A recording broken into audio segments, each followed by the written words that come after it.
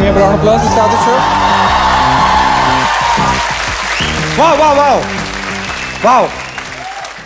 Welcome to Professor of Tomfoolery. It's my brand new show where I take a topic and I dissect it in detail. The topic is family. What is this reaction? This is why I wrote this show. Very different reactions. Some people are like, oh, family. Some people are like, oh, yeah. Some people are like, why, dude? I came here to escape, man, only. That's why I want to talk about it. Somebody has to talk about it. So I can't talk about Indian families without talking about generations. So I'm going to break down the generations. Because India is very unique. Unlike other places, one household has one generation usually. India, 5 minimum in one house. So I'll describe them in descending order of hardcoreness. Okay, most hardcore is our grandparents' generation. They're called baby boomers according to American publications. They're very hardcore. I mean, they saw the country go through partition, through independence. We went through COVID. They saw the country grow like a flyover and all has fallen on your grandfather's head. Have you seen this one dent on his head? The black color is there. You ask him what happened. Flyover fell, flyover. Next day, answer will change. Air India flight landed on Chile.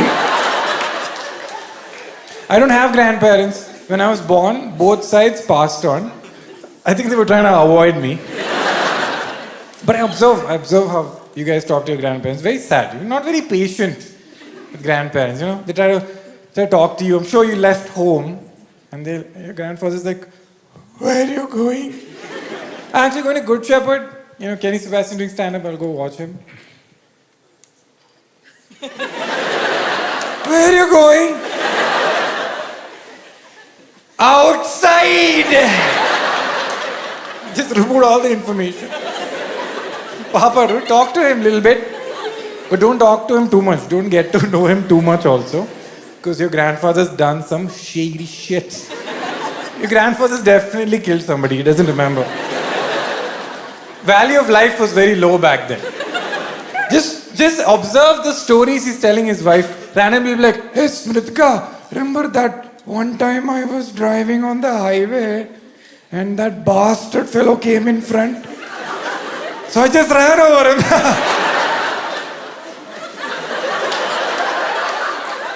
That's murder, actually. Why didn't you honk? It's faster to hit, actually. Next hardcore generation is our parents' generation, Gen X.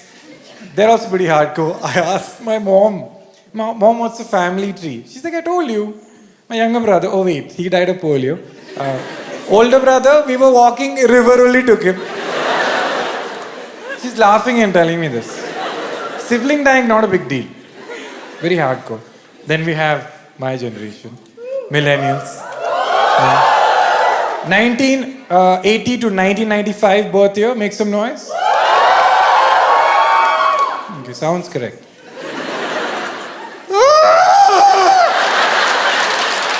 Like, you know how it sounds to have fun, but you don't feel it anymore. There's a faint memory. I know I'm supposed to do this, but I don't feel it anymore. We're a very unique generation, millennials. We have this thing called 50-50 trauma. Okay, I'll come back to this, okay? Professor doesn't forget. Then we have the new generation, Gen Z, 1995 to 2010 birth year. Make some noise. Remember, that's how it sounded. Clean, filtered, with no trauma chemicals, added sugars. Pure, cold-pressed joy. Then we have latest model that's come, Gen Alpha. They're not here, they're in school. Because somebody has to go to school, huh? Somebody needs to know how vaccines and all work. It'll be nice. But why did I say that millennials, we have 50-50 trauma? I want to clarify. My parents' generation, Gen X, they had 100% shuddh trauma. Okay? From childhood to adulthood, consistent mental and physical abuse. I want to clarify. Then our generation is very unique. Like when we were born, standard affair, parents just beat the shit out of us. Then around 5th and 6th standard, they stopped. You remember? And you're like, huh? Usually I get whacked for this. I'll tell you what happened. Around that period, Reader's Digest released one article that said children have feelings.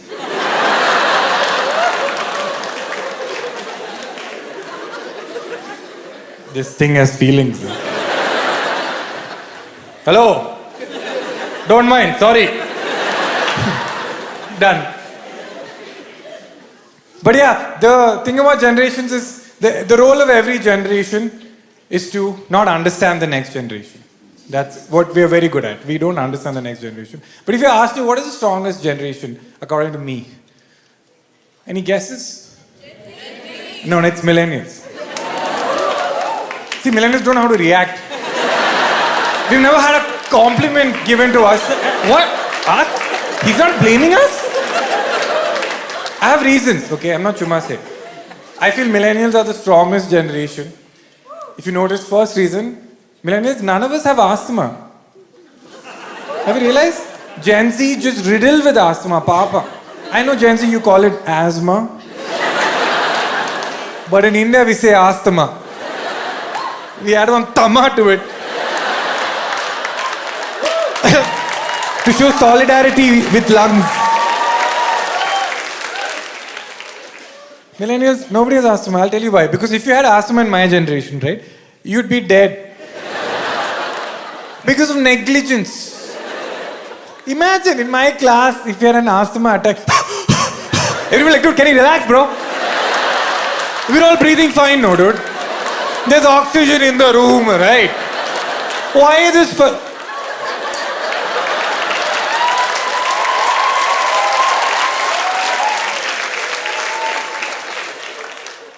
He died off, dude. He died off. What is this attention-seeking behavior?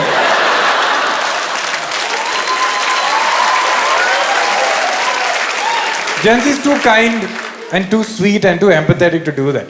If somebody has an asthma attack in a Gen Z class, they'll like, oh my God, give him space. Give him space. And you give that thing, no, that Vicks paper up. Second reason why I feel millennials are the strongest is because we don't have depression. Because if you don't talk about it, it's not there. Woo! Woo! Gen Z keeps talking about therapy and all. Mental health awareness. We know we're mental. No need for awareness. My family figured it out. My family's like, Kenny, why are you going to a therapist when you can talk to your family? Problem is giving solution. You get robbed, the thief is like, come, we'll go to the cops. What happened? Why you look so sad? Yeah. The role of every generation is not to understand the next generation. It happens. It's very natural. Like one thing our parents' generation doesn't understand is homosexuality. And it's okay. It's a new concept for them. Like if my dad sees two guys making around, he's like, okay, he's bigger. Like that, relax. It's just two people in love with each other. They're not affecting your life. No, relax. Generation gap. Got to forgive them. There's a lot of things you don't understand about generations. Our parents didn't understand our ambitions and stuff. We don't understand a lot of stuff about Gen Z. Gen Z, you guys have this thing I recently found out. Very interesting thing we don't have, millennials.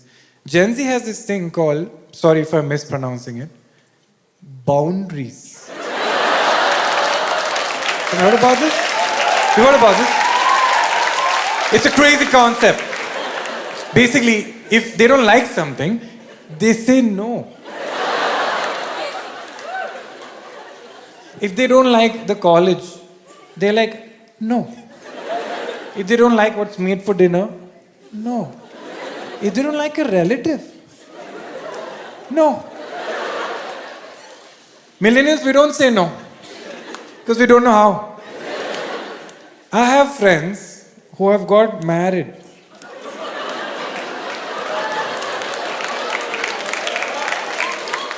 They're like, either we can have a 2-minute uncomfortable conversation with our family and say a strong no, or we can live with a stranger for 40 years. 40 is not that long, dude. Manage. Another thing I don't understand is a very disgusting thing you guys do. So you guys communicate your feelings. I heard that when you guys break up, you actually tell the person why you're breaking up. What a complete waste of time. Like when Gen Z breaks up, they're like, hey, you know what?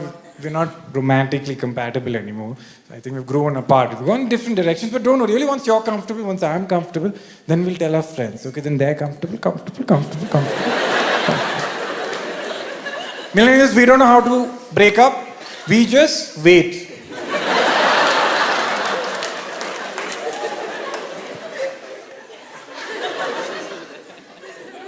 We're very eco-friendly. We let the relationship decay and go back into the soil. You know those abandoned cars on the road just waiting like, Macha, he'll come back, dude. How can you leave me like this? We do that to our partners. Macha, truck will come and take her, dude. Relax. Even our relationship with relationships, very different generation-wise. Grandparents straight up got married at 15, 16. Popping out babies at 18, 19. Crazy. Just popping it. Makes sense from their perspective. Because they didn't know if they'll be there tomorrow. Very high stress environment they were living. We take it for granted. Now you're walking around, you see one plane in the sky. You're just like, what is that? Spice jet? Yuck. You know all this. But back, sorry, nobody says that. I know why I'm being mean to Spice Jet. They're doing their best, okay? But our grandparents had a different reaction. If they looked up in the sky and saw a plane, they're like, bomber plane! Start shivering. Some new war has come, we didn't know. Very stressful environment. Our parents also same thing. They also got married because they didn't have any better ideas. And then they had us because we are their retirement plan. That time mutual funds and FDs and all wasn't there. You'll take care of us, no, when we grow older? You'll take care of us, no, when we grow older? You'll take care of us, no?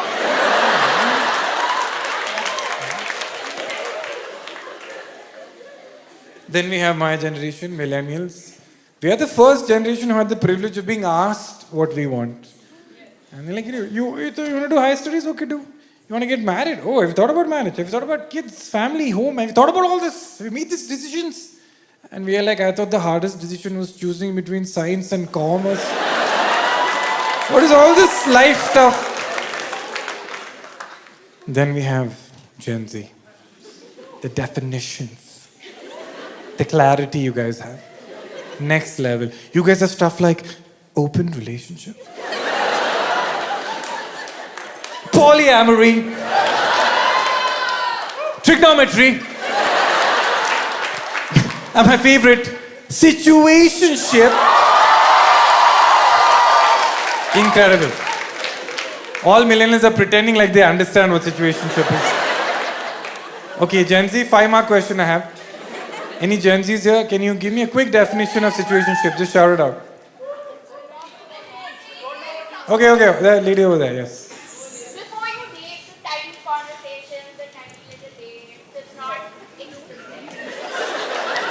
I'm having way too much fun giving this answer. Okay, can you be a little louder so I can hear you? No, official yet. You're not committed yet. Yeah. You're allowed to look around. Illusion of a date. Yes. So is the answer clear? What is situationship? This is how situationship also feels. Same. If you're confused, same, correct. Everybody has a different definition. All 3 of you get 5 marks. 4 marks for attempt. By the way, millennials, we also have situationship. We just didn't have the decency like Gen Z to give it a term. You know what our situationship is? Hey, what are we? Huh? No, I was asking, what are we? 1 second, one ear pain is coming. Just we avoid the whole situation.